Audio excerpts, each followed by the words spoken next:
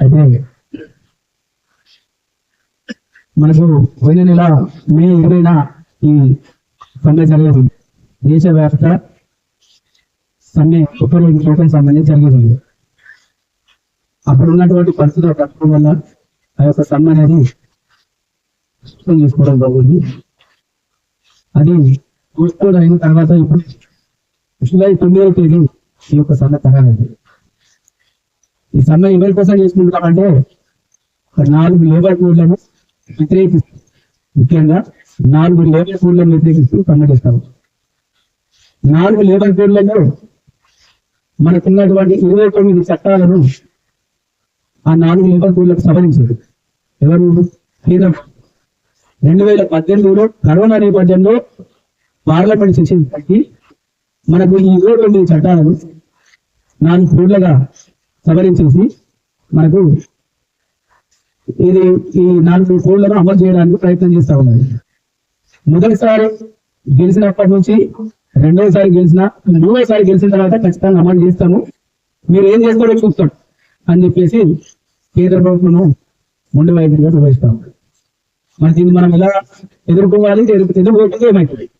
Example, ఎందుకంటే మాట్లాడుతూ ఉన్నారు, చిన్న ఎగ్జాంపుల్. కార్మికులకు మనకు మనం పని చేస్తామంటే ఏం కావాలి? మనకు కార్మికులకు పని చేస్తామంటే ఏం కావాలి? చట్టాలు కావాలి, కార్మిక చట్టాలు కావాలి. కార్మిక చట్టాలు ఉంటేనే నీ జీతం పెరుగుతుంది. కార్మిక చట్టం ఉంటేనే ఫలానా తేదీ నీకు జీతం వస్తుంది. కార్మిక చట్టం ఉంటేనే నీకు దెబ్బ తాకితే రిపోర్ట్ రాస్తా ఉంది. కార్మిక చట్టం ఉంటేనే నీకు ఫలానా స్థాయిలో ఎంత కాలం ఉండాలనేది కూడా చట్టమే. నువ్వు ఒక టెండాలు మనిషి ఎంత బరువు కూడా చట్టమే. అంటే ప్రతి ఒక్కటి మనం చట్టాల కింద బతుకుతా ఉన్నాం. చట్టాలు మనకు కవచాలు. ఈ చట్టాలను మనం కాపాడుకోవాలి. ఈ చట్టాలు ఏంటన్నా, కోర్స్ ఏంటన్నా అంటే రెండే. ఒకటే నిజం చెప్తా, కోర్స్ అనేది యాజమాన్యాలకు అనుగుణంగా, ప్రభుత్వాలకు అనుగుణంగా ఇష్టానుసారంగా మార్చుకునేది కోర్స్. చట్టాలు అనేట్టు మార్చడానికి లేదు, చట్టాన్ని మార్చడానికి ఎవరికి లేదు.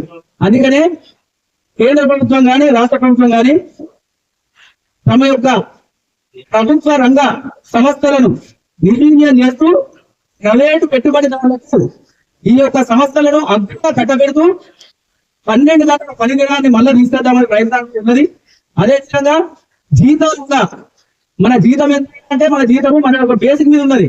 రేపు ఈ యొక్క చట్టాలు కనుక అమలైతే మనకు ఫిక్స్డ్ టర్మ్ పేమెంట్ అనేది ఇస్తాడు. ఫిక్స్డ్ టర్మ్ అంటే 4 విధాలు ఉంటుంది. ఏది? Unskilled, skilled, semi skilled, high skilled, 4 ఉంటాయి. ఇది ఏది? మన జనరల్ అసిస్టెంట్, నేను టెండాలు, నేను టిమ్మర్స్, నేను కోల్ కట్టర్, నేను ఎస్డిఎల్ ఆపరేటర్, నేను ఆపరేటర్, ఇవన్నీ ఉన్నాయి. 4 unskilled, skilled, semi skilled, high skilled. వీటి మీద జీతం ఉంటుంది. నువ్వు ఒకవేళ సెమీ స్కిల్డ్ కనుక అపాయింట్మెంట్ అయి ఉంటే సెమీ స్కిల్డ్ అని రిటైర్ కావాలి, నీకు ప్రమోషన్ ఉండదు. నువ్వు అన్స్కిల్డ్ అపాయింట్మెంట్ అయితే అన్స్కిల్డే, నీకు మళ్ళీ ప్రమోషన్ ఉండదు. నువ్వు ఇట్లా మళ్ళా దాంట్లో కనుక అగ్రిమెంట్ అయితే నీకు టర్ములు 10 సంవత్సరాలు తీసుకుంటా అంటే 10 సంవత్సరాల తర్వాత ఉండాల్సిన అవసరం లేదు, ఎవరిని అడగాల్సిన అవసరం లేదు. ఇటువంటి రాబోతా ఉన్నాయి కాబట్టి ఇటువంటి రాకుండా ఉండాలంటే మనము ఇది వ్యతిరేకించాలి. వ్యతిరేకించడం అంటే ఎట్లా వ్యతిరేకిస్తాం? మనం యుద్ధం చేస్తామా? మనం ఎవరితో యుద్ధం చేయాలి? ఎవరితో చేస్తాం? మోడీ మనకు శత్రువు కాదు, బీజేపీ కాదు, బీజేపీ కార్యకర్తలా కాదు. ఎవరి శత్రువు? మోడీ విధానాలు శత్రువు. మోడీ విధానాలు ఎందుకు శత్రువు అవుతుంది? పెట్టుబడి రంగ సంస్థలు రావాలంటే మనకు వాడు వచ్చి ఏం చేస్తాడంటే, ఇండియాలో మీరు పెట్టుబడి పెట్టాలంటే అక్కడ కార్మిక చట్టాలు డాక్టర్ బిఆర్ అంబేద్కర్ గారు ఉన్నప్పటి నుంచి బ్రిటిష్ ప్రభుత్వం నుంచి కూడా మనకు చట్టాలు ఉన్నాయి. ఈ చట్టాలు బాగా పకడ్బందీగా ఉన్నాయి కాబట్టి ఈ చట్టాలు మీరు విస్మరిస్తే, తీసేస్తే మేము పెట్టుబడులు పెడతాము. ఈ పెట్టుబడులు పెట్టడం వల్ల దేశం బాగుపడుతుంది కాబట్టి మీరు పెట్టుబడులు పెట్టడానికి మేము తీస్తామని చెప్పేసి వీళ్ళు అంటాము. అది నిజమా? ఇప్పుడు ఎన్ని ప్రభుత్వ రంగ సంస్థలు ప్రైవేట్ చేసిరు? రైల్వే ప్రైవేట్ అయిపోయింది, బిఎస్ఎన్ఎల్ ప్రైవేట్ అయిపోయింది, ఇట్లా ఎయిర్పోర్ట్లు అయింది, ఎయిర్ లైన్స్ అయింది. ఇట్లా చెప్తుంటే ఎన్నో ప్రైవేట్ చేస్తా ఉన్నారు, కాంట్రాక్ట్ వ్యవస్థ తీసుకొస్తా ఉన్నారు. దానివల్ల ఎవరికి లాభం? మన కాదు ఏమంటాడు, అరే బాబు మీ ద్వారా ఒక 10 మంది పనిచేస్తారు అని అంటారు. ఆ 10 మంది ఎక్కడి నుంచి పనిచేస్తారు? వలస కార్మికుల ద్వారా తీసుకొచ్చేసి మనకు 30,000 40,000 ఇచ్చే జీతం కూడా మనకి 7,000 రూపాయల నుంచి 10,000 12,000 15,000 18,000 అని ఇస్తా ఉన్నారు. వర్షకాలంలో ఎక్కడి నుంచి ఎక్కడ చేస్తారు?